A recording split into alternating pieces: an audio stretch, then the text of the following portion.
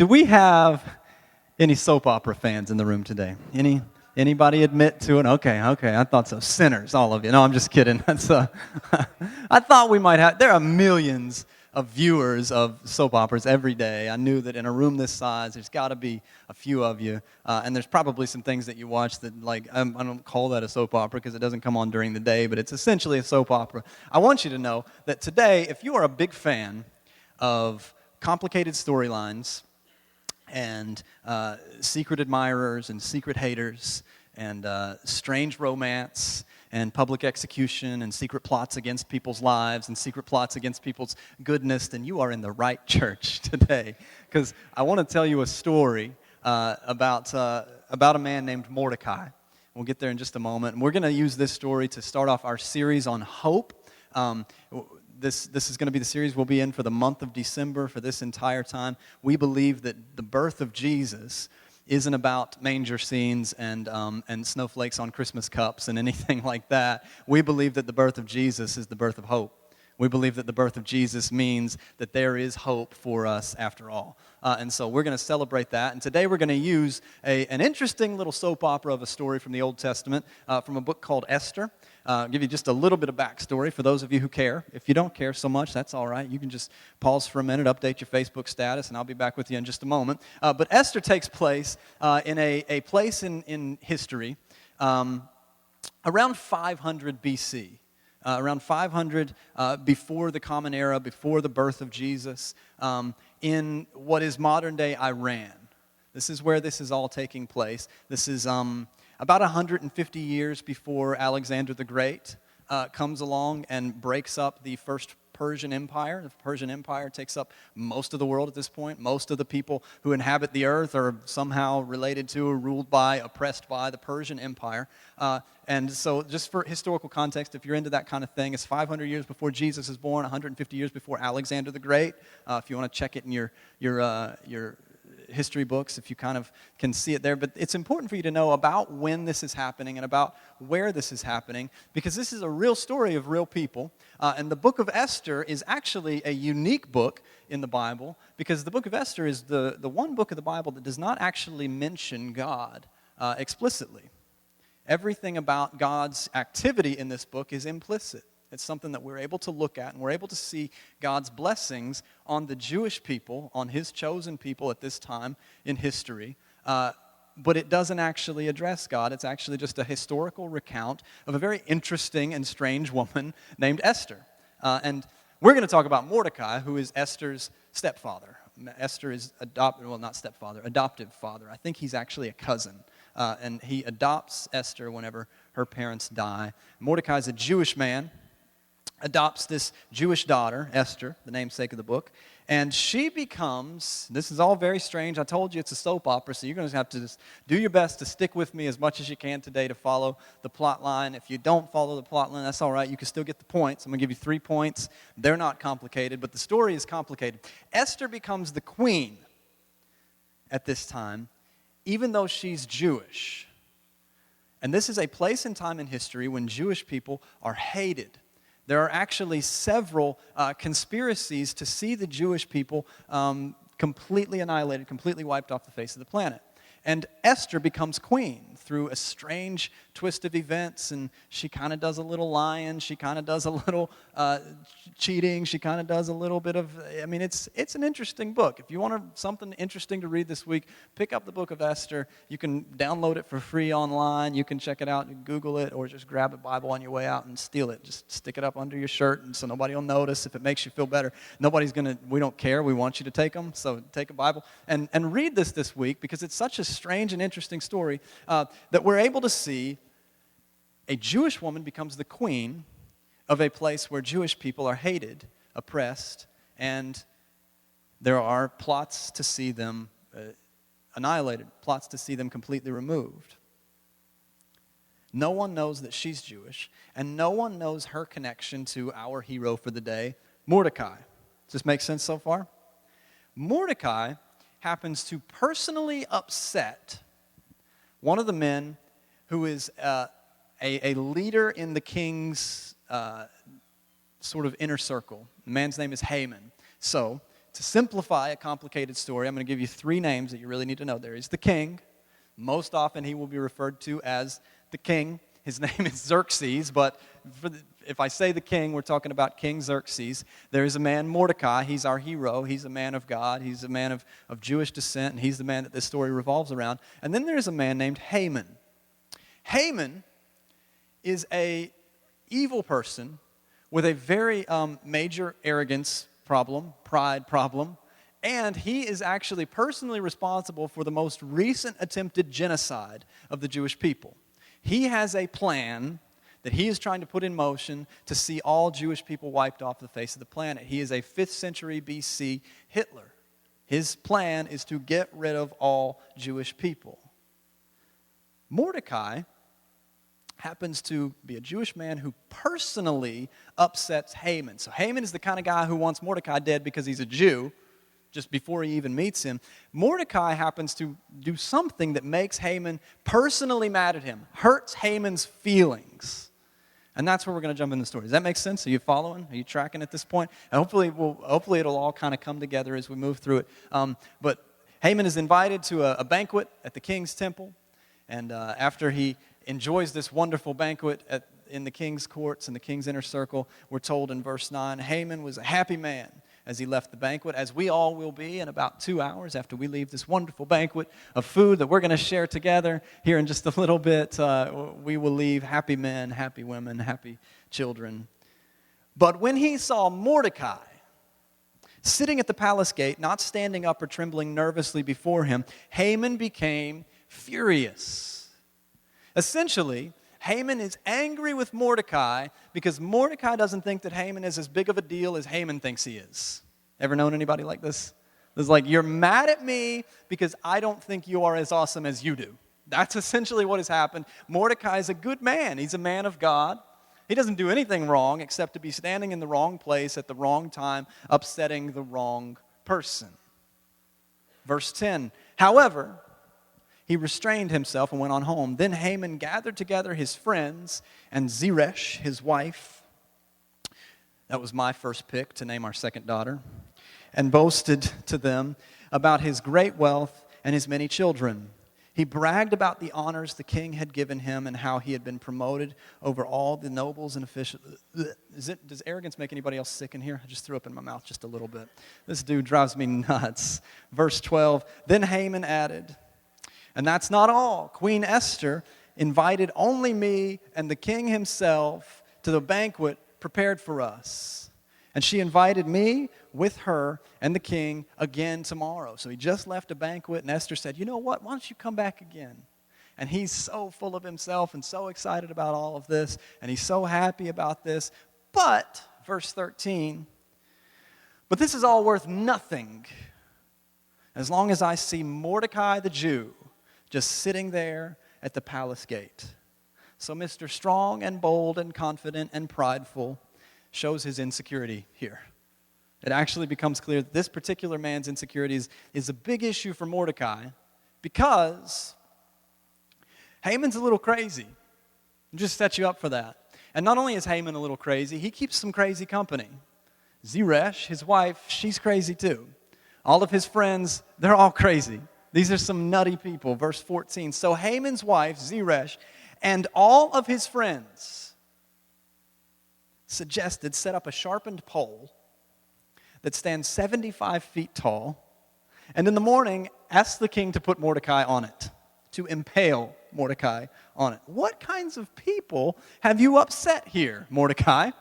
What kind of person have you upset? Not only, it would be one thing if he went home and he told his wife, and his wife was like, you should put the dude on a pole. That's not what it says. Her and all of his friends. It's one thing to have a crazy wife. I have friends with crazy wives, right? I have friends with crazy husbands. I have friends who are crazy. Just them. Just they're my friend and they're crazy and we all know it. But to have an entire group of people who would all gather together and say, you know what would be a good idea? Dude upsets you? Put up a pole 7.5 stories high, sharpen it at the top, and throw him on it. And everybody says, yeah, that's probably best case. That's a good idea. Let's do that. We want to handle things rationally. We don't want it to get out of control. Let's just throw the guy on a pole 75 feet in the air. if I were Mordecai, I would curtsy for this dude. I mean, not only would I not bow, the issue is, like, if I know this is the kind of guy who impales people on poles, if he gets upset, it's like, dude, I'll do whatever. There you go. I'm charmed to be in your presence. Thank you for your company. Like that, he has upset the wrong kinds of people. When this is done, this verse continues, you can go your merry way to the banquet with the king. And this pleased Haman, so he ordered the pole set up. He's like, you know what? You guys are the smartest people I know. Let's set up a pole. Let's sharpen it at the top. And I'm going to be able to sleep better tonight knowing that tomorrow Mordecai will be on the top of that pole. I want to use this event in Mordecai's life, and I'm going to read a lot of scripture today.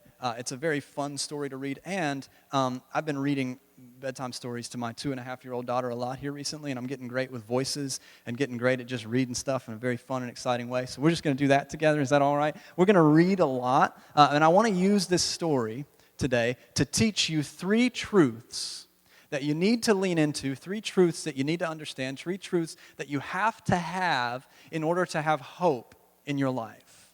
If you want to live in hope, if you want to experience hope, you have to know these 3 things. And the first thing that you need to know, if you're taking notes, there's space on the back of your bulletin to take some notes if you'd like to today. These highlight the reality of hope that is available to all of us. The first one, you have to know that there is a plot against you. In order for you to live in hope, you've got to know that there is a plot against you. And you know this to be true, whether you're a believer in Jesus or not, or a believer in the Bible or not. You know that everything in your life sort of left unchecked goes straight to pot, right? If you don't make it good, if you don't make it work, it doesn't work. Is that fair for anybody? If you don't make the marriage work, the marriage doesn't work. If you don't make a relationship with your children work, it doesn't work.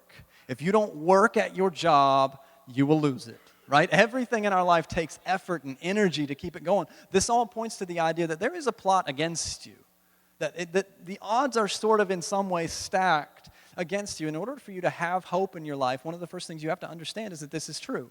See, everything that has happened in Mordecai's life, in Mordecai's story thus far, doesn't even involve Mordecai. Mordecai doesn't even know what's happening here. Do you see that?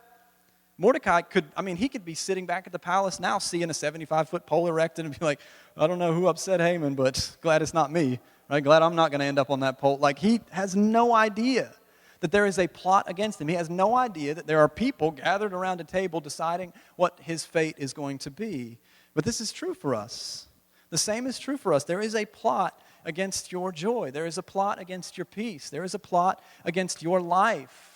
There's a plot against the idea that you would have an abundant life. And Jesus tells us this is true because Jesus knows that if you're going to live in hope, you need to know that there's a plot against you. He actually says that there is a thief and that his intentions for you are to steal and to kill and to destroy everything that is good in you.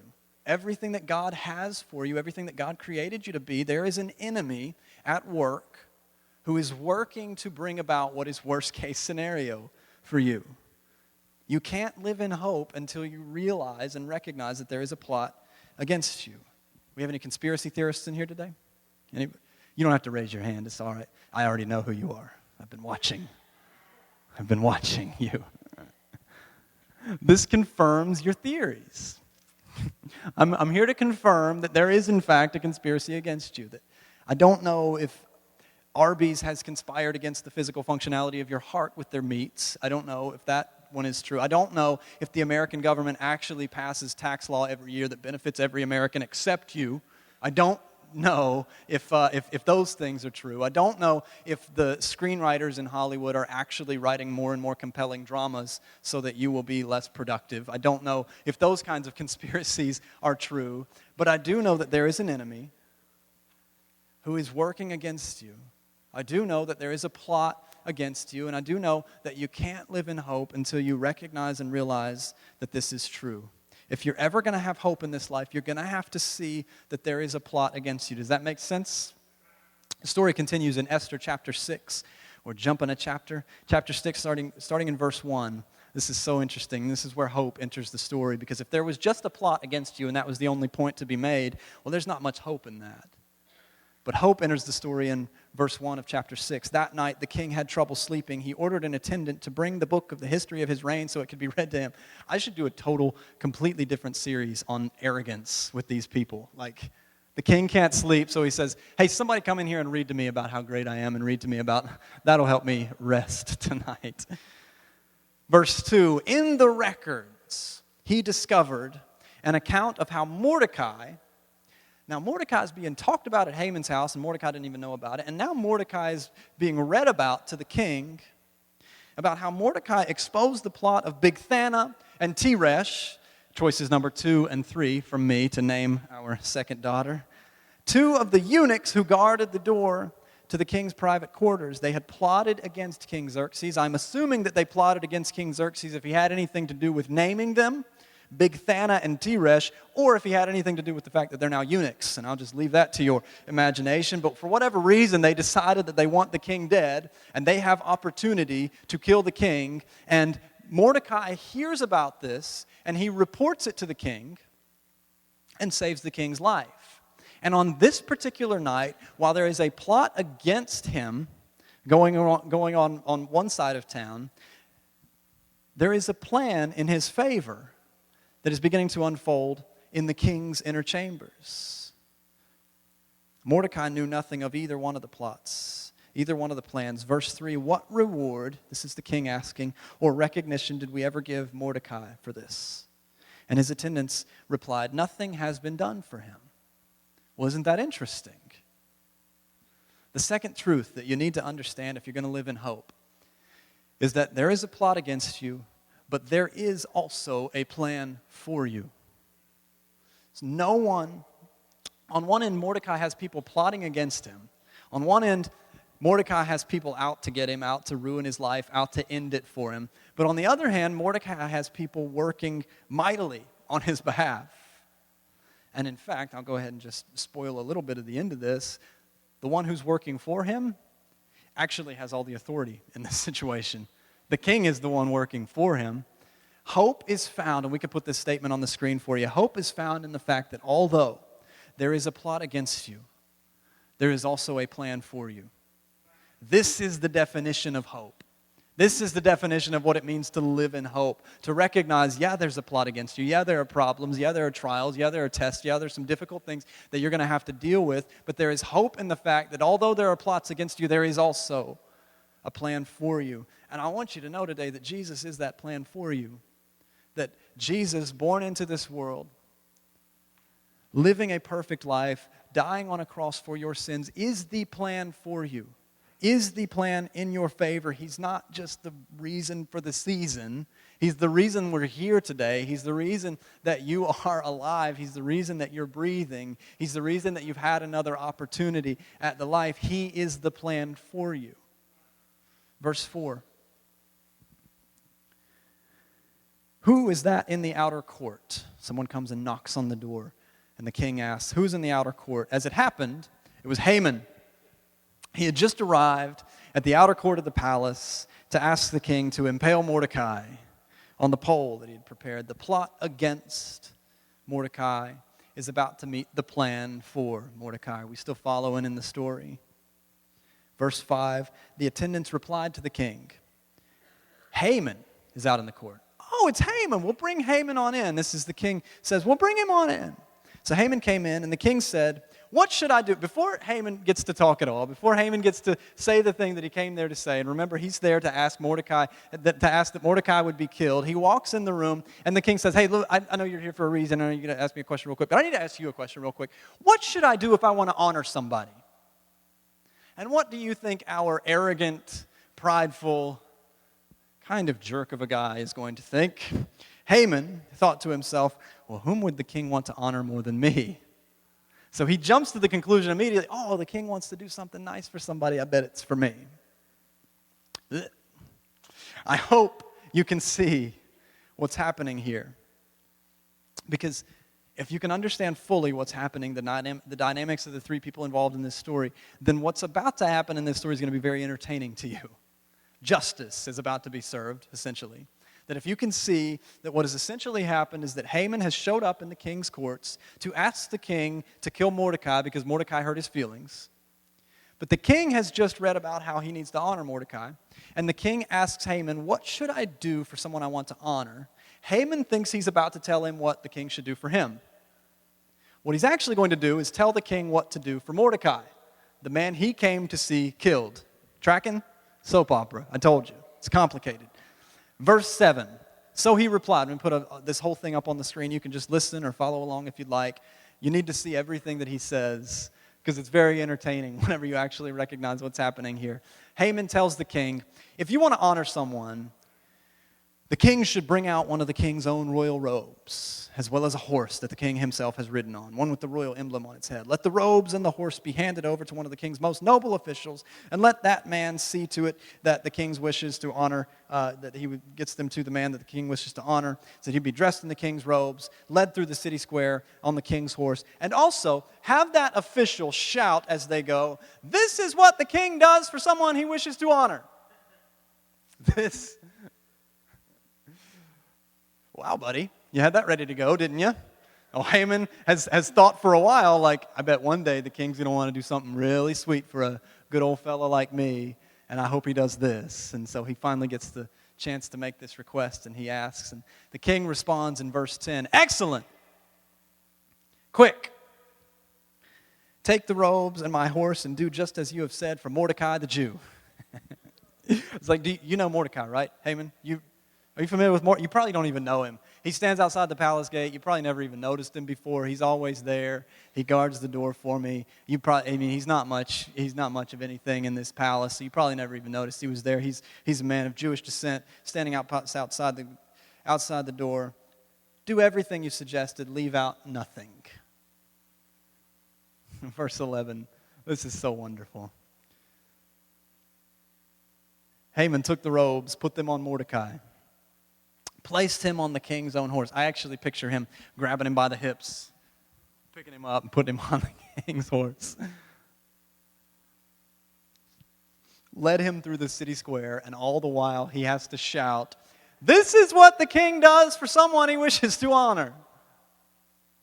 This is Haman walking through his town, probably walking right by the pole that he's just bragged to everybody and said, I'm going to go to the king and tell him tomorrow what's going to be done with Mordecai, because Mordecai hurt my feelings, and I have an ear with the king. I'm highly favored by the king, and tomorrow you're going to see Mordecai up on that pole right there, and he has to walk right by the pole. This is what the king does for someone that he wants to honor. Has to walk by his wife, has to walk by his friends and his advisors, has to walk by everyone that he said, I'm going to have this dude killed because you don't cross, oh Haman. Verse 12, afterward, Mordecai returned to the palace gate. But Haman hurried home dejected and completely humiliated. And after all of this, Haman admits something that highlights the third and the most important truth we need to see today. This all highlights. Verse 13, Haman told his wife, Zeresh, and all of his friends what had happened. And his wise advisors said this. They said, well, since Mordecai, the man who has humiliated you, is of Jewish birth, and this is another way of saying is a man of God, is a man with God's favor on his life. Since this is a man of God, you will never succeed in your plans against him. It will be fatal for you to continue opposing him. And this proves to be 100% correct, because if you were to continue reading on in the story, the next chapter, in Esther chapter 7, the 75-foot pole that has been erected and sharpened at the top does not go unoccupied for very long. Pretty soon Haman ends up there himself. The king orders, because he finds out about the plot against Esther and the plot against Mordecai, and Esther makes a request that, this is the guy who wants to kill thousands of people, hundreds of thousands of people, and the king has him put on. So his plot against actually does end up working this way. The third point I want you to see: there's a plot against you, there's a plan for you, but you need to know that God's plans for you defeat any plots against you. The plot against Mordecai meets the plan for Mordecai, and as it turns out, The one who has planned what is good for Mordecai has all of the authority. Like, there was a plot by a pretty powerful dude to see Mordecai killed, but that didn't mean anything because of what the king was doing on his behalf. The one who has plotted against him has no power once the king has spoken on his behalf. Listen, you're going to face opposition in this life. There is a plot against you. There are lots of plots against you. You're going to face some tests and some trials, and you're going to deal with some difficult stuff. Many of you came in here today, and you are right in the middle of maybe one of the most difficult seasons you've ever been in. Maybe you're in the middle of a season where you're not sure that your marriage is going to make it. Maybe you're in a season where you're not sure that your kids are going to care much for you in 5 years. Maybe you're in a season where you're not sure you're going to have a job tomorrow morning. Maybe you're in a season where you have a job, but it doesn't pay enough, and you're not sure that you're going to pay the bills this month. You're going to face those things. There are things that will come against you. But I want you to see, and I want you to know that if you will lean into the hope that we have in Jesus, if you will lean in to His good work in your life, that what you will begin to see is that the plot against you can never win over the plan that God has for you. The enemy has lots of ways that he may wish to try to ruin your life, to try to wreck you. There are those of you who are dealing with and have dealt with addictions. There are those of you in the middle of financial strain. There are those of you facing temptations right now to infidelity, temptations to cheat on your finances, temptations to cheat at your job, temptations to lie. There's lingering depression in this room. I believe some of you are just depressed in a way that you're not sure it's ever really going to go away. I believe that there are some of you who are dealing with a root of bitterness in your life that you're not sure you're ever going to have victory over, that you're just angry with somebody who hurt you, and you might even be completely in the right. I believe that one of the things that the enemy uses is laziness, that maybe laziness is just kind of an issue for you right now, and you just can't seem to get motivated to do the things that need to be done, to take good steps. And I say all those things. I was careful about the list that I put up there to only list things that I've personally dealt with myself, and some of these things that I'm fighting through right now. There are plots against you. There is an enemy at work in your life.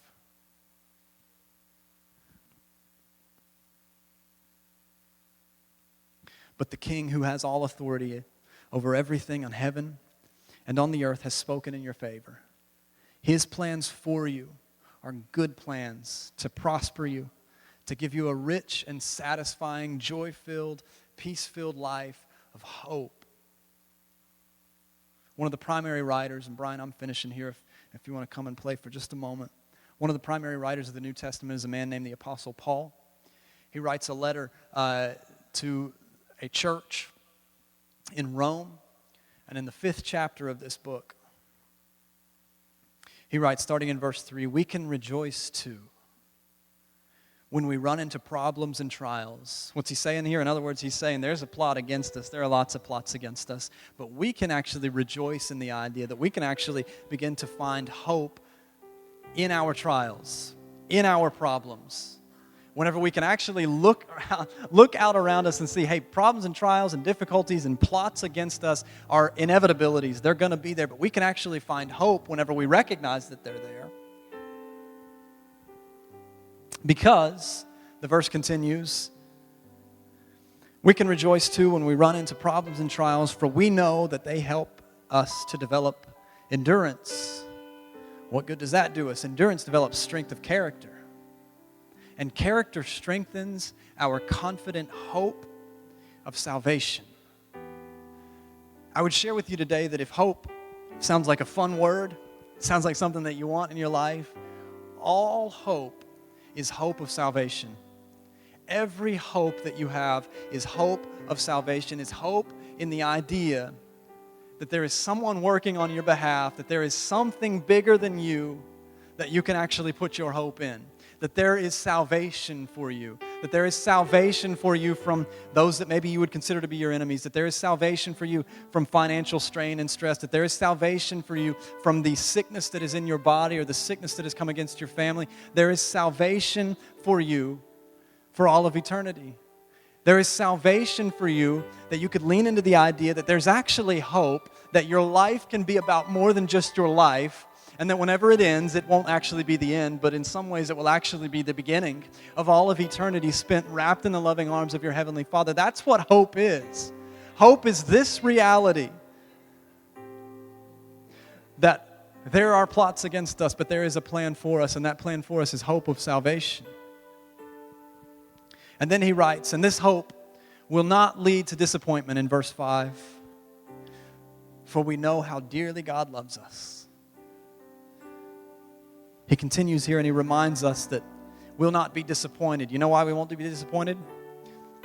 Because although there's a plot against you, there's a plan for you. And the plan for you will always trump, will always defeat, will always shrink the plot against you. Those who plot against you, the enemy who is against you, is always going to have to walk into the king's courts, and the king is going to say, hey, wait a second, before you speak against, before you have anything to say about my beloved child, I need to tell you, I got a better plan for him. Here's what we're going to do. Here's what we're going to do on their behalf. We're actually going to honor them. We're actually going to bless them. We're actually going to love them. We're actually going to pour out blessings on them that are greater than anything that they deserve or greater than anything that they could have possibly come up with on their own, because they are my child, because they have put their hope in me. Do you want to live in the reality of this hope? Do you want this in your life? Maybe you're in here today and maybe you're a single parent and you feel like everything is stacked against you. You feel like everything is a plot against you. Maybe you're not even a single parent. Maybe you're just a parent and it is tough to raise kids right now. Maybe you have a 2.5-year-old daughter that everybody thinks is just so sweet and wonderful and has nothing to say that's evil ever, and you haven't slept in a month and a half because maybe somebody, I don't know, it might be for somebody in here. Maybe you recently lost your job. And there's a part of you that starts to wonder, like, am I ever going to be able to get another job? And then there's another part of you that thinks, well, yeah, I'll probably be able to get another job, but I'm going to hate it. Or maybe you would say, I'm not like worried about that. I'm living that. I lost my job. I got a new job. I hate it. I want you to know there's hope for you. I want you to know those plots against you will be trumped by the plan for you whenever you begin to hope in salvation. Maybe you're lonely right now, and you're starting to wonder and starting to feel like, will I ever be loved by people again? Will I ever be surrounded by people who need me again? Will I ever feel what it feels to be loved and held? And will I ever know that feeling again? I want you to know that there is hope in salvation. There's a plot against your happiness. There's a plot against your joy. There's a plot against your peace, but there's a plan for you. And that plan is a hope of salvation. Maybe you would just say that you feel like your future is doomed because of mistakes you made in your past. Maybe you would say, Drew, I know that God forgives, but this world does not. I know that God will forgive me. But what I deserve is not a good life. There's no joy in it. There's no peace in it. There's no possible way that God... I want you to know, first of all, logically, rationally, you're absolutely right. I'm in the same boat as you. The things I've done, the things I've said to people, the things I've thought, the things that I've wrestled with in my own life, I would say, I'm not worthy of joy. I don't deserve peace. I don't deserve happiness. I don't deserve the things that God has blessed me with. But He's a good Father.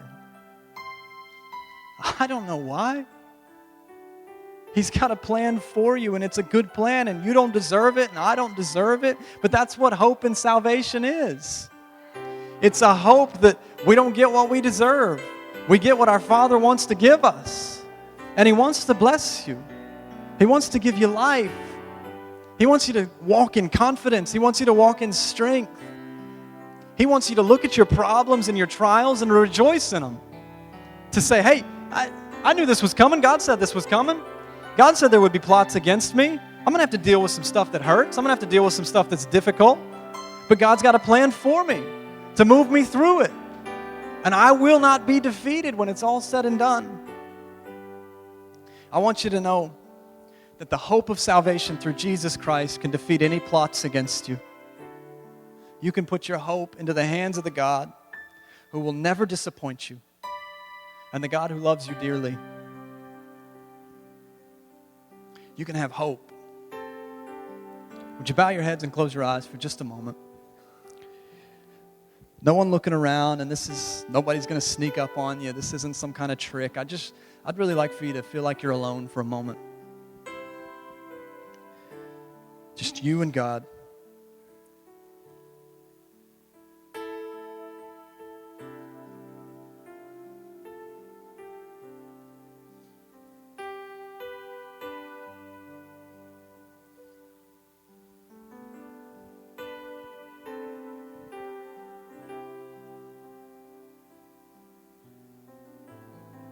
Do you feel like there are plots against you right now? Do you feel weighed down? Do you feel like maybe you don't have the words to articulate it, but maybe you would say that it's just like my heart is heavy. It's just like I don't have peace. It's just like I can't rest in anything. It's just, I don't know what it is. It just feels like worry. It just feels like fear.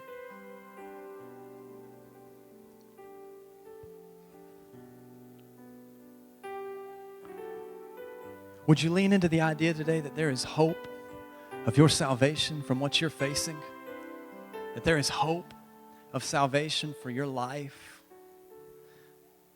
That despite what the circumstances may be saying around you, that despite what the plots against you may make it look like for a moment, that the fact of the matter is that your King has actually spoken for you. And all you've got to do is say, I think I want that plan. And all you've got to do at the end of the day is say, I think I actually would prefer the plan for me to the plot against me. I think I would actually rather have what Jesus died so that I could have, as opposed to what the enemy has said against me. So if you're in here today, every head bowed, every eye closed, still just you and God. If you would like to receive the hope of salvation today, maybe for the first time ever, maybe this is just a season and a moment in your life where you'd like to recommit yourself, and you'd say, I want the plans that God has for me. Would you just lift your hand real quickly? I just want to see who you are. I see. You can put them right back down. Is there anybody else who would say, I want the hope of salvation today? Here's what I'm going to do. I'm going to pray for all of us. I'm going to pray that you would begin to see hope everywhere you look. I'm going to pray that you would begin to believe that the God who is working for you is stronger than the enemy who is plotting against you. I'm going to pray for those of you who just raised your hand, and maybe a few of you who didn't raise your hand, but you'd like to receive salvation today. I'm going to pray for you, that you would be strengthened by this God who loves you dearly as you begin this walk of trusting Him more. Heavenly Father, God, thank you for your word today. I pray that it was delivered clearly and concisely, God. I pray that every person in here would just walk away knowing you better. God, you say that your word will never return void, so I pray that as we've read so much of it today, that it would change our hearts, that it would change our lives, that this story that we see, that we would begin to recognize it as our story, that we would begin to recognize it as a moment in history that you wanted us to see and you wanted us to know so that you could show us the hope that we have of salvation in you. Father, for those who raised their hand just now to receive salvation, I pray right now that they would begin to experience your forgiveness. Holy Spirit, I pray that you would enter them right now, that they would begin to just recognize your love more fully. They would begin to see that you have better plans for them. God, they would begin to see that you want to take them to a different place than they've ever been before. You want to lead them to joy. You want to lead them to peace. You want to lead them into the hope of a better life. We love you, God. I pray this in Jesus' name.